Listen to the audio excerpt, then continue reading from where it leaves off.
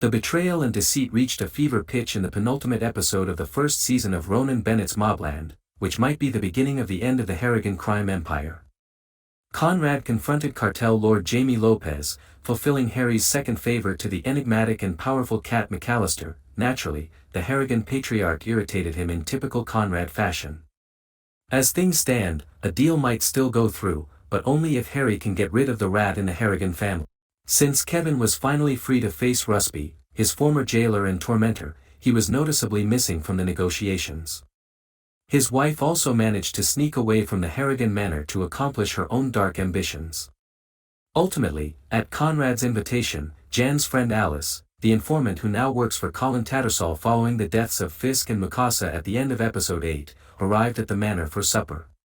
Conrad and Maeve ended up handcuffed as the lunch collapsed with a huge reveal and was cut off by a tactical squadron with air backup. MobLand Season 1, Episode 9, the reasons Conrad and Maeve are arrested eventually, their murderous ways caught up with them.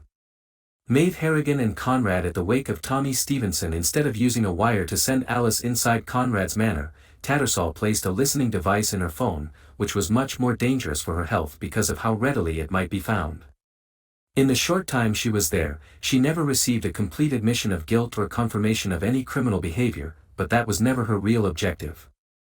She was there to obtain DNA from either Conrad, Maeve, or both, if feasible, to assist in getting them convicted. It was suspicion of murder that led to their arrest. The authorities did not yet have proof. An explanation of Alice's plan to plant Conrad and Maeve's DNA. The police source had prior experience apprehending criminals.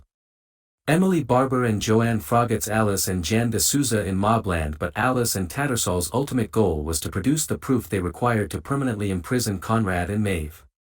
Tattersall disclosed that he was aware that Alice, whose true name is clearly Nicola, had twice accepted payment to assist in the planting of DNA evidence that could have implicated criminals. Their plan for the Harrigans is to get them arrested and then fabricate evidence to get them imprisoned, which implies that Tattersall and Alice/Nicola are both comfortable with breaking the law to get someone rightfully convicted. That plan has an intriguing twist in that Tattersall is collaborating closely with Richie Stevenson, who is really in charge. Richie wants Colin to get Conrad and Maeve into any type of jail so he can kill them himself. He has no intention of letting them rot away in a cell.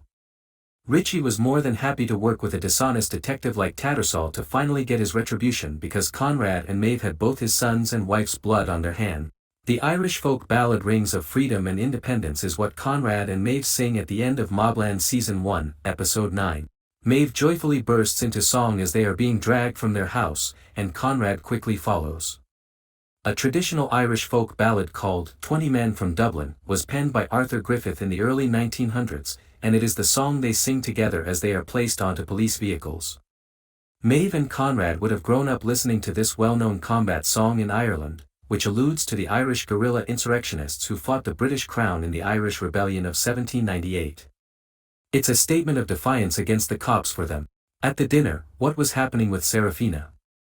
In MobLand, Mondeep Dillon's character, Serafina Harrigan, seemed astonished, and she was as combative as we had ever seen her. Now that she's recovered from her ordeal with Jamie Lopez, Serafina practically serves as her father's right hand during supper. Conrad first asked Alice to dinner because he had doubts about her motivations.